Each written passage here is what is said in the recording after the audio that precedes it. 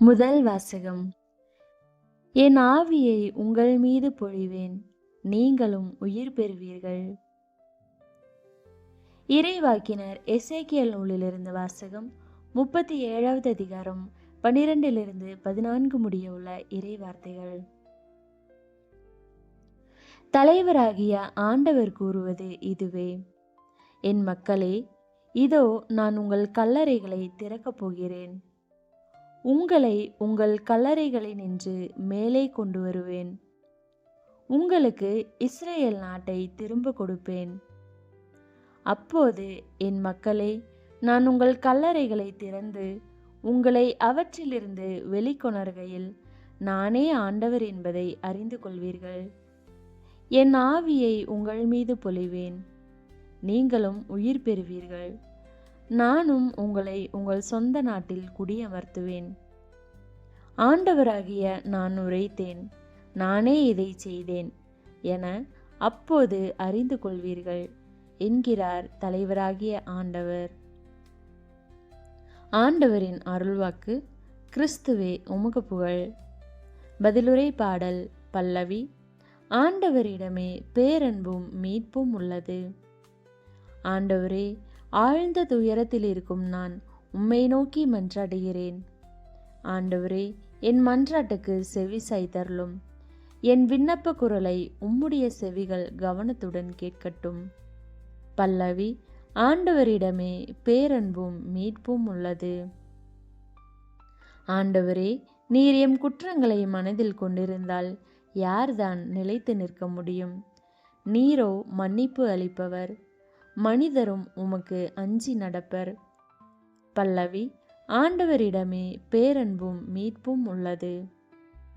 ஆண்டவருக்காக ஆவலுடன் நான் காத்திருக்கின்றேன். என் நெஞ்சம் காத்திருக்கின்றது.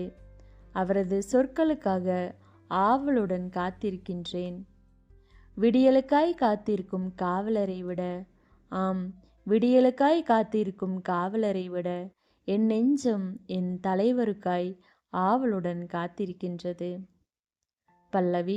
ஆண்டவரிடமே பேரன்பும் மீட்பும் உள்ளது. பேரன்பு ஆண்டவரிடமே உள்ளது. மிகுதியான மீட்பு அவரிடமே உண்டு. எல்லா தீவினைகளினின்றும் இஸ்ரேலரை மீட்பவர் அவரே.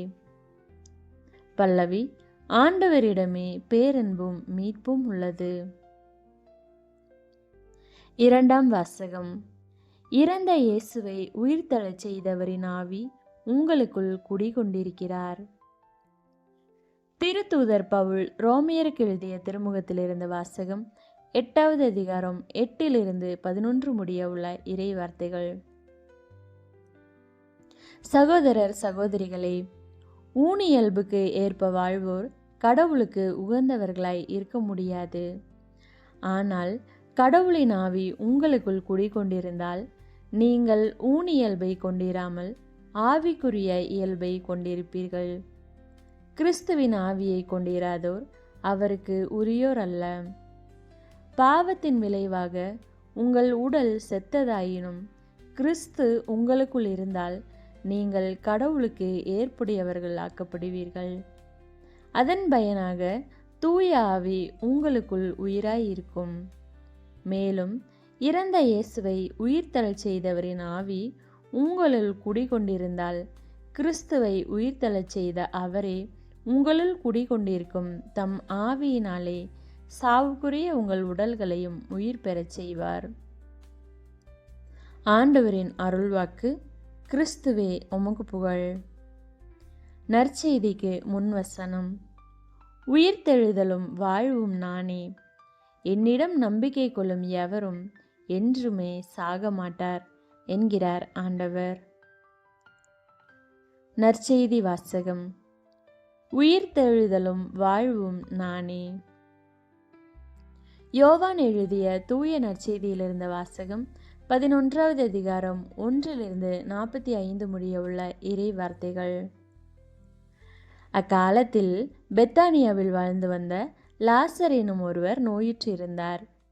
அவ்வூரில்தான் மரியாவும் அவருடைய சகோதரியான மார்த்தாவும் வாழ்ந்து வந்தனர். இந்த மரியாதான் ஆண்டவர் மேல் நறுமண தைலம் பூசி தமது கூந்தலால் அவரின் காலடிகளை துடைத்தவர். நோயுற்றிருந்த லாசர் இவருடைய சகோதரர். லாசரின் சகோதரிகள் இயேசுவிடம் ஆள் அனுப்பி, ஆண்டவரே, உம் நண்பன் நோயுற்றிருக்கிறான் என்று தெரிவித்தார்கள்.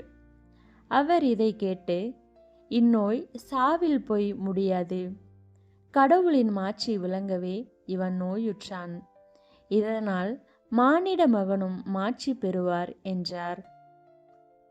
மார்த்தாவிடமும் அவருடைய சகோதரியான மரியாவிடமும் லாசரிடமும் இயேசு அன்பு கொண்டிருந்தார். லாசர் நோயுற்றிருந்ததை கேள்விப்பட்ட பிறகு தாம் இருந்த இடத்தில் இன்னும் 2 நாள் அவர் தங்கியிருந்தார். பின்னர் தம் சீடரிடம், மீண்டும் யூதேயாவுக்கு போவோம் வாருங்கள் என்று கூறினார். அவருடைய சீடர்கள் அவரிடம், ரபி, இப்போதுதானே யூதர்கள் உம்மேல் கல்லெறிய முயன்றார்கள், மீண்டும் அங்கு போகிறீரா என்று கேட்டார்கள். இயேசு மறுமொழியாக, பகலுக்கு 12 மணி நேரம் உண்டு அல்லவா? பகலில் நடப்பவர் இடறி விழுவதில்லை, ஏனெனில் பகல் ஒளியில் பார்க்க முடிகிறது. ஆனால் இரவில் நடப்பவர் இடறி விழுவார், ஏனெனில் அப்போது ஒளி இல்லை என்றார். இவ்வாறு கூறிய பின், நம் நண்பன் லாசர் தூங்குகிறான், நான் அவனை எழுப்புவதற்காக போகிறேன் என்றார். அவருடைய சீடர் அவரிடம், ஆண்டவரே, அவர் தூங்கினால் நலமடைவார் என்றனர். இயேசு அவருடைய சாவை குறிப்பிட்டு இவ்வாறு சொன்னார். வெறும் தூக்கத்தையே அவர் குறிப்பிட்டதாக அவர்கள் நினைத்தார்கள். அப்போது இயேசு அவர்களிடம், லாசர் இறந்துவிட்டான் என்று வெளிப்படையாக சொல்லிவிட்டு, நான் அங்கு இல்லாமல் போனது பற்றி உங்கள் பொருட்டு மகிழ்கிறேன், ஏனெனில் நீங்கள் என்னை நம்புவதற்கு இது ஒரு வாய்ப்பாகிறது. அவனிடம் போவோம் வாருங்கள் என்றார்.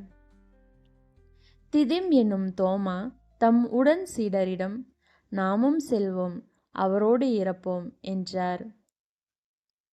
இயேசு அங்கு வந்தபோது லாசரை கல்லறையில் வைத்து ஏற்கனவே 4 நாள் ஆகியிருந்தது. பெத்தானியா எருசலேமுக்கு அருகில் ஏறக்குறைய 3 கிலோமீட்டர் தொலையில் இருந்தது. சகோதரர் இறந்ததால் மார்த்தா, மரியா இவர்களுக்கு ஆறுதல் சொல்ல பலர் அங்கே வந்திருந்தனர். இயேசு வந்து கொண்டிருக்கிறார் என்று கேள்விப்பட்டதும் மார்த்தா அவரை எதிர்கொண்டு சென்றார். மரியா வீட்டில் இருந்து விட்டார். மார்த்தா இயேசுவை நோக்கி, ஆண்டவரே, நீர் இங்கே இருந்திருந்தால் என் சகோதரன் இறந்திருக்க மாட்டான்.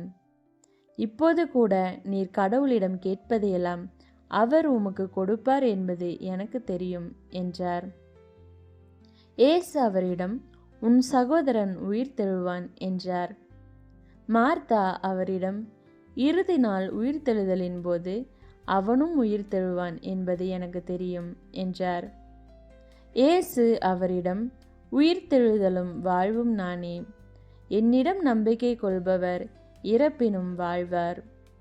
உயிரோடு இருக்கும்போது என்னிடம் நம்பிக்கை கொள்ளும் எவரும் என்றுமே சாக மாட்டார். இதை நீ நம்புகிறாயா என்று கேட்டார்.